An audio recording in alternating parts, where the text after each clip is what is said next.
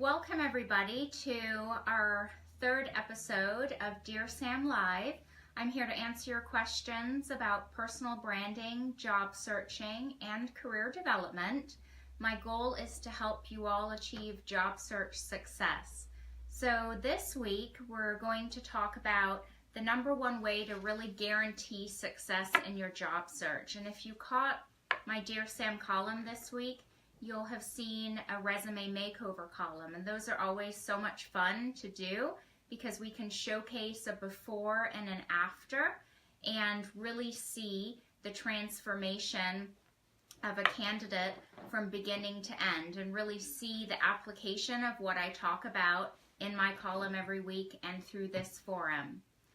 For anyone watching, please feel free to ask your questions through the comment feature in Facebook, or if you're listening to this after the live show on our podcast or on a recorded Facebook Live post, you're welcome to email me your questions at dearsam@ladybug-design.com.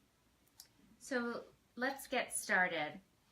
This week I want to talk about what really is the key to resume and therefore job search success. The number one way you can get your resume noticed is by being as targeted as possible. It's critical that when you write your resume, you know who your audience is.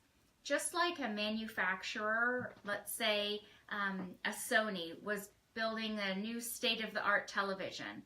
Well, they would probably know before they started developing their marketing collateral who that target buyer was. So who are they going to message to in their collateral, in the statements that they're presenting to that audience?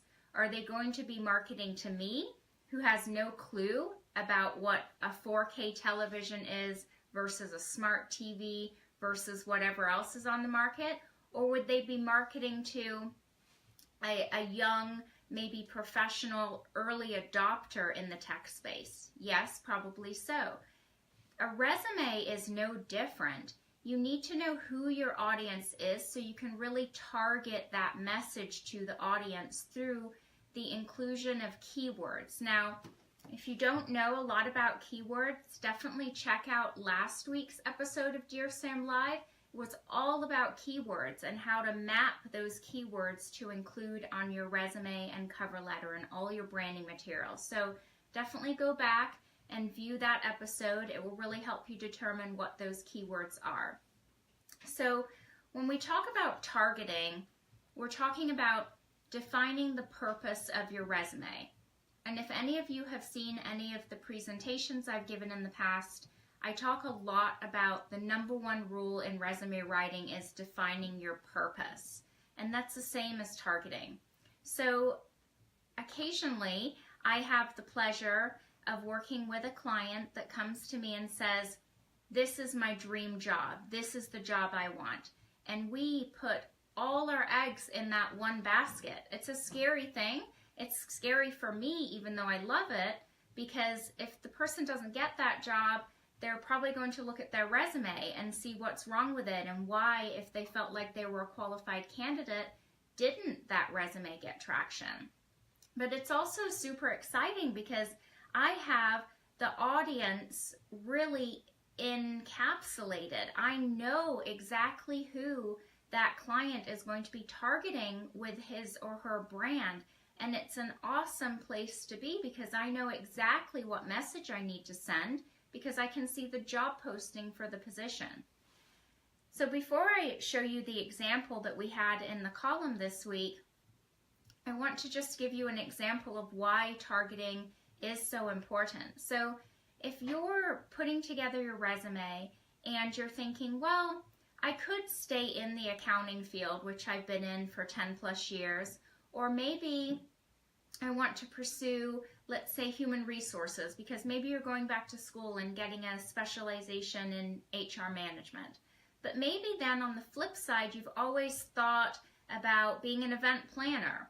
And so you have these ideas in mind where yes, I might pursue a staff accountant role, I might pursue an HR coordinator role, but maybe I just want to be out of the box and pursue an event planner role. So you want to keep all of your options open, keep those doors open. So you develop a resume, and in developing that resume, you're not really sure what audience you're marketing yourself to in any given statement.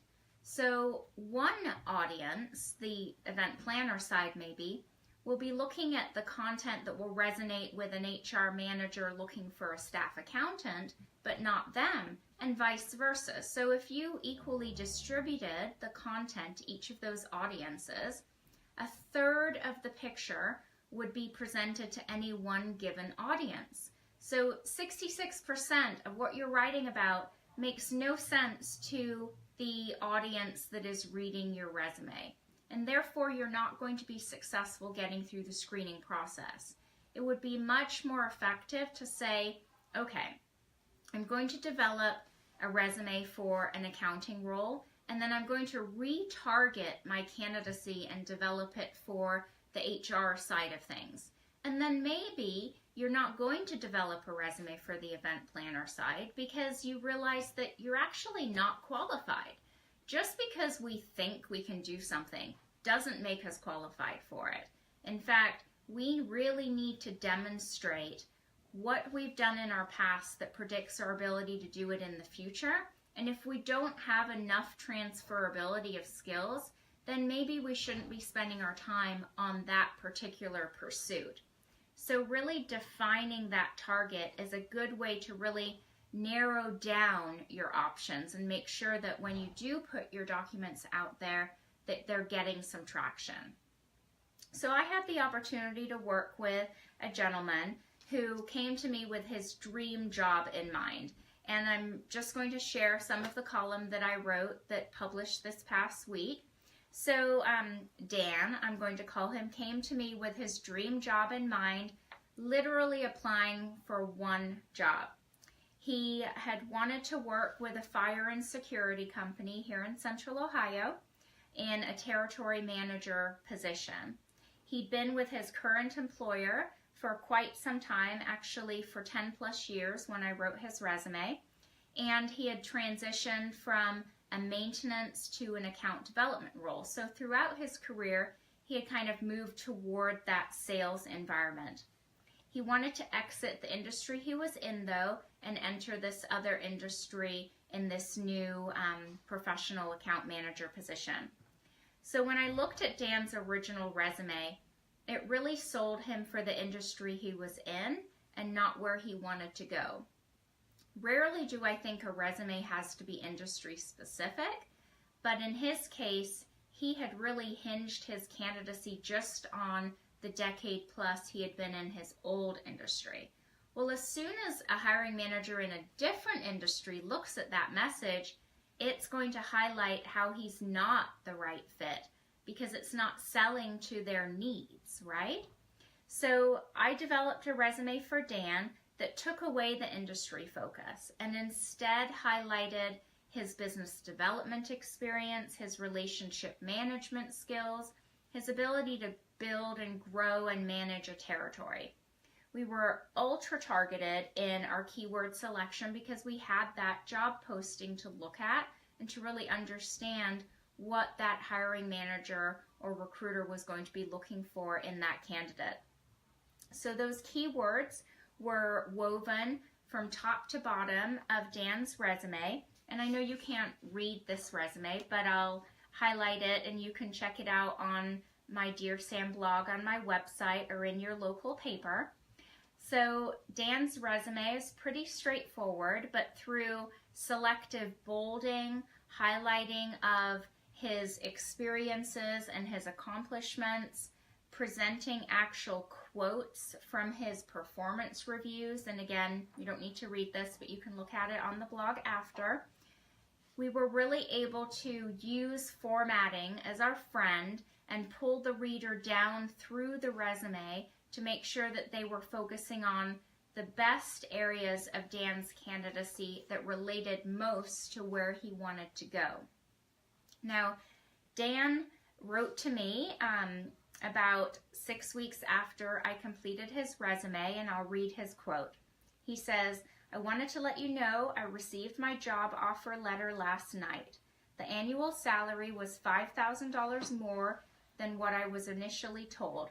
I've never been in a position in my life to resign from a job, have the right tools available to secure the job that I wanted, and get the job I wanted. I'm so excited about this new chapter of life."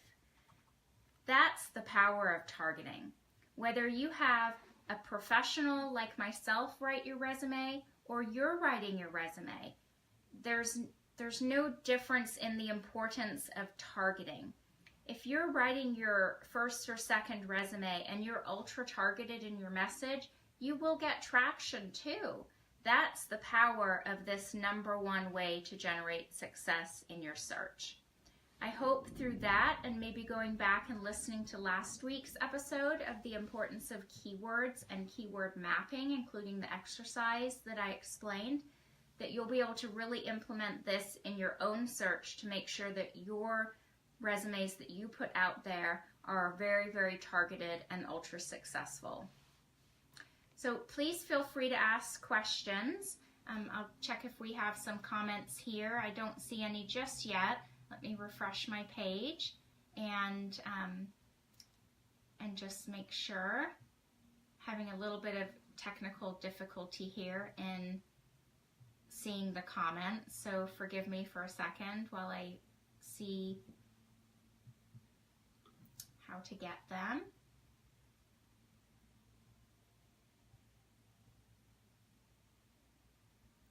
Okay, got it now. Sorry about that.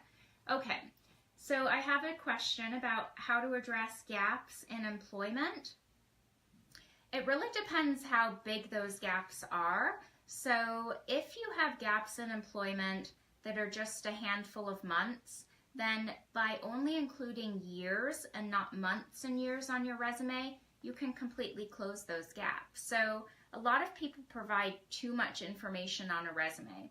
They give months and years, cities, states, phone numbers, addresses, supervisor names, salary information. A lot of information that's on a resume shouldn't be on a resume at times. When you present a professional resume, you actually don't need to present months of experience. You really just need years. So let's say you lost your job, June of 2016, and you started a new job last week. Well, that is a pretty big gap. If you present months of experience on a resume and you actually say that you left your previous employer June of 16 and started your last employer November of 17, that is a huge gap. If you just put that you left one in 16 and you started another in 17, granted, someone would have to assume that you started one and stopped one pretty close together at the end of last year and beginning of this year, but it doesn't present an inordinate gap. One can assume there might be some lag time between positions, but by omitting the months, you can really close pretty significant gaps. So I'd really encourage you to make sure that you're not committing that faux pas. Keep asking your questions so that so we have some things to respond to. So hi Mark, again, loyal follower. I think this is the 3rd episode you've checked into. So you have a second interview, awesome, with Cardinal Health through a staffing agency, and you want some advice. Well, one, you obviously did something right with your resume and then something right with your first interview if you're being granted a second interview. Given it's through a staffing agency, I would definitely go to the staffing agency pre-interview and just ask for any feedback they have whatsoever from what they heard following your first interview, potentially from what other candidates might be interviewing a second time. Maybe some are going through that agency. Maybe they've heard some things from the hiring manager at Cardinal Health as to what they're really looking for. And I imagine that the agency has probably placed multiple people through Cardinal. So definitely ask any faux pas or recommendations of things to make sure you avoid or things to make sure you do during the second interview. but I think that that staffing agency is really going to be the best source for that information, given I imagine they have a really solid relationship with Cardinal. Make sure you have sent a thank you letter after your first interview. If not, then definitely get one prepared for your second one and get it out the same or the next day. Good luck at that interview, Mark. Okay, we have a question about how valuable is it for job seekers to ask questions at the end of an interview. Kind of goes hand in hand with Mark's question. It's incredibly valuable to ask questions, and don't ask the obvious questions that they've heard a million times. Do some research on the company. If they're a public company, go and look at their annual report. Find something that's not just automatically known and ask them about it. I can tell you I had an interview a few months ago with someone, and that person asked me the best, most thoughtful question at the end of the interview that I've ever heard, and it actually made me pause and put me on the spot to answer an interview question while I was interviewing that person. And that person asked me, granted I'm a small business, so it's different than interviewing with, say, a Cardinal, but if you are interviewing with an owner or a senior level person with the company, I'll give you an example of what I thought was just a super thoughtful question. So this person asked me, what drove me to get up in the morning? What drove me to want to grow my business? Why was I doing this? And I honestly had to stop and think. And just the fact that I was asked such a thoughtful question about what made me tick and what made me want to continue to do this versus just going through the cycles, I thought was incredibly thoughtful and incredibly eye-opening as to that person caring about why I was doing what I was doing, because obviously that person didn't want to get involved in a business that the owner wasn't driven for the right reasons. So feel free to ask questions that make someone think and aren't just the obvious. I know when my husband recently went to an interview with a recruiter at an airline, he did so much research before that interview. He was reading annual reports. He was watching anything he could on YouTube about the organization, looking at press releases. I mean, doing everything he could to ask questions that were not just what everybody else was going to ask. So do your research and think of some questions that you'd actually like the answers to. And don't be afraid of asking questions that make that interviewer sit and think for a minute. Those are the best questions. Okay, we have another question about whether you should copy and paste your resume onto LinkedIn or write it differently. I'm a big proponent of writing something well one time. So, like this resume that I showed you that got such great success. If I've optimized Dan's candidacy, how can I rewrite it for LinkedIn and optimize it a second time? So what I do when I do LinkedIn profiles for clients, I do leverage the content on the resume to populate a lot of the LinkedIn areas. Now, there are definitely things with formatting we can do differently to make it look very attractive. You can add your background image, you can add your custom photo, you can join influencers and follow influencers and join groups that reflect your current candidacy. You can obviously solicit recommendations to attach to your profile. If you have skills listed organically, they'll be endorsed. So there are lots of ways that you can add value beyond the digitization of your resume on LinkedIn. So I would encourage you to really, really brand your candidacy well and target it, and then use that content on your LinkedIn profile. But LinkedIn should go beyond just your resume.